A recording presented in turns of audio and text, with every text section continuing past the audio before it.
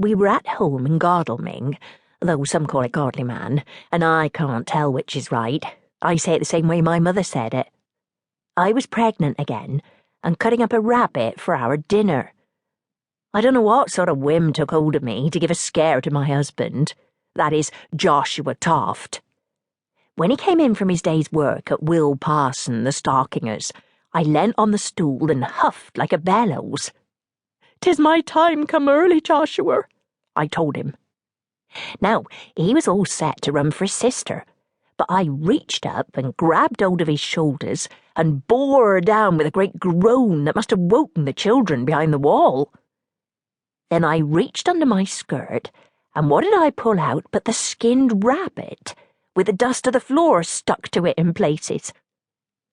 Joshua staggered till his back hit the wall. I thought he might spew up his breakfast. Then I took pity on the man and started to laugh. I laughed more than I had in many a year. We amused ourselves very much with talking of it till we went to bed. Joshua said I was a clever one and no mistake. When his sister came in the day after to borrow a drop of milk, we told her all about it and she laughed very hearty too. She is a midwife, like her mother, and has often said, "No man can bear what women must." I miscarried of that baby some weeks after, while I was shovelling dung on the common. It was just as well, Joshua said, as in these times we were hard put to it to feed the two we had got already. The cloth trade was gone quite slack, and Joshua had no work, nor any prospects. Mary, my sister Toft, Joshua's sister, that is, said to me, "Look at that rabbit." She and I were out in the hop field off the Oxford Road, weeding at twopence a day. I was still bleeding, but stronger in myself. There was a fat rabbit watching us. "Too far off to catch," I said. "Mind that trick you played on poor Joshua, though." I straightened up and smiled a little. "Think how it would be if it was true," she said. "If you was the first woman in the world to give birth to a rabbit. Wouldn't that be a fine thing?"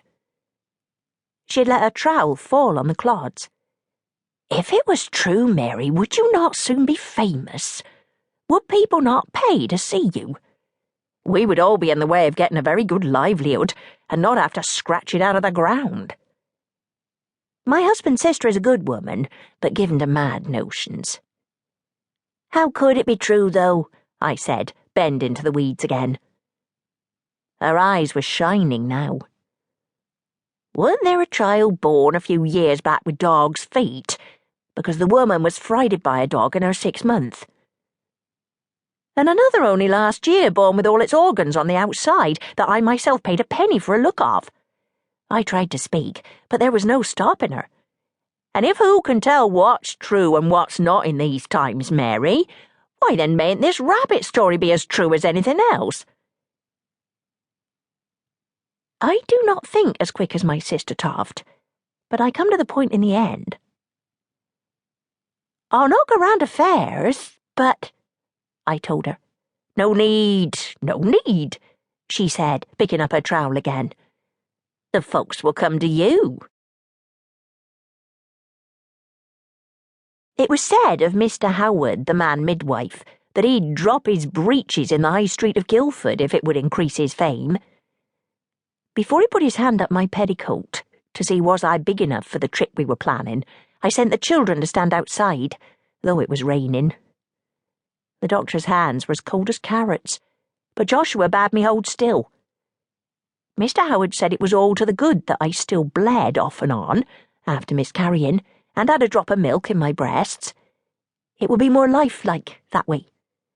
If all went well and I won some fame, he said, the king might give me a pension in the end.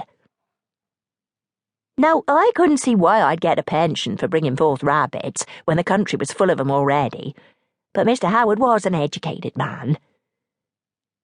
Joshua got some dead rabbits from Ned Coston, and some from Mary Pitto, and some from John Sweetapple, the Quaker, all